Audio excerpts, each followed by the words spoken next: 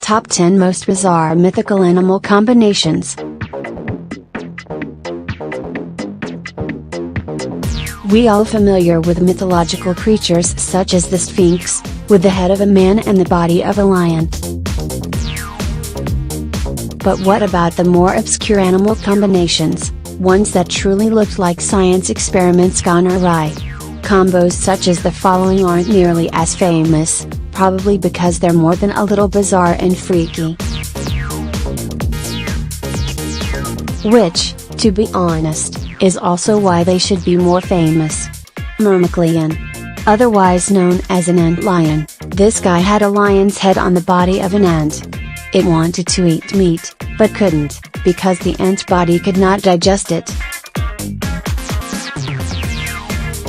Interestingly enough, the idea of these creatures probably originated because of a mistranslation. Apparently, the Hebrew word for a lion can be easily misunderstood as a lion-ant combo. Someone copied it down as such, and this left people in later generations to explain what an ant-lion was. The texted likely origin for this creature is thus found in the Bible at Job 4:11. The lion perishes for lack of prey. Later writers used this short-lived mythical creature as a metaphor for the inevitability of there being things beyond our control. Aspidoslian.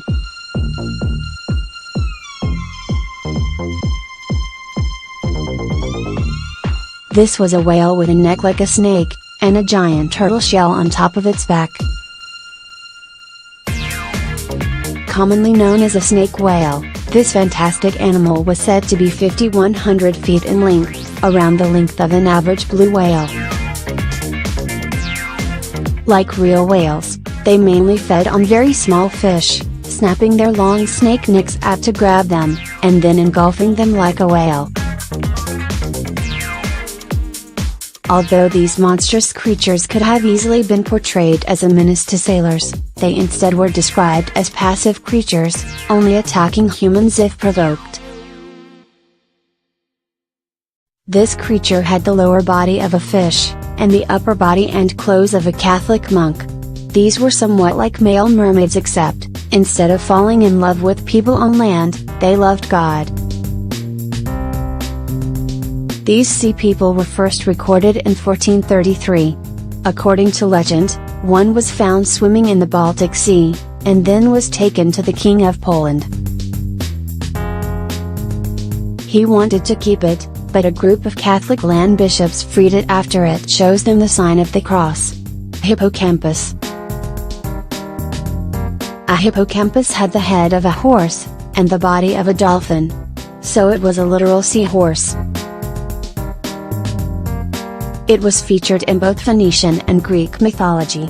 The poet Homer described Poseidon, the god of the seas, as having a chariot pulled by brazen-hoofed horses over the surface of the water.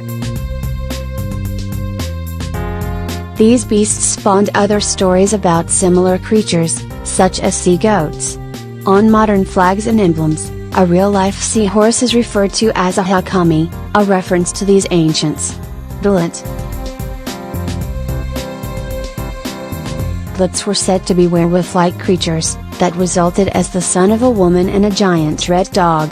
This huge wolf-man-type creature originated in Inuit stories in Greenland and the eastern coast of Canada. They were usually portrayed as being in conflict with men, most often with the men ending up victorious. They were also sometimes described as being cannibals. We aren't sure if that means they ate men or dogs and/or perhaps otherlets, which we assume they would have few opportunities to do. Cockatrice. This thing was said to have the head of a rooster, the wings of a dragon, and the tail of a snake, but with a deadly stinger on the end. It also has poisonous breath, and could kill with one look from its eye. Related to the basilisk monster, it was born from a chicken's egg laid from a serpent. Why a snake would lay a chicken's egg is unclear. This legendary beast was first mentioned extensively in English tales in the 12th century. It was mentioned in some later translations of the Bible, in symbolic passages. Later editions most often changed the translation to viper. Hippalacterian. This was a half-horse, half-rooster concoction, the oldest known representation of which dates back to the 9th century BC. It appeared on Athenian vase paintings and shields, most often with a rider included. This particular animal combination probably arose due to the dual symbolism of the horse and rooster. The horse represented a safe voyage to the afterlife, and the rooster represented the driving away of demons. The symbolism of the rooster arose because the rooster made its noise as the day began, and thus many saw this as the driving away of night, which represented demons and death. Ophiuchorus.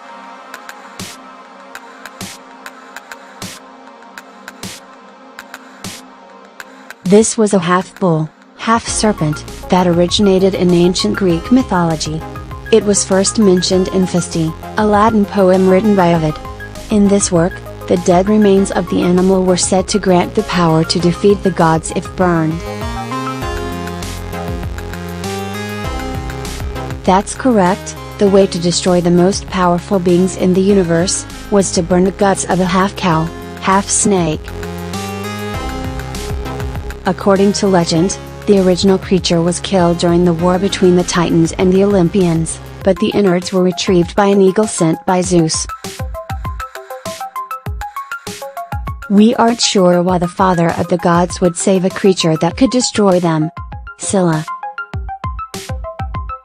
A Scylla had a body that consisted of 12 tentacle-like legs, a cat's tail, and 6 dog heads around her waist. Mentioned in Homer's Odyssey, she was a monstrous sea goddess who haunted the rocks of certain narrow strait, opposite the whirlpool demon Crib.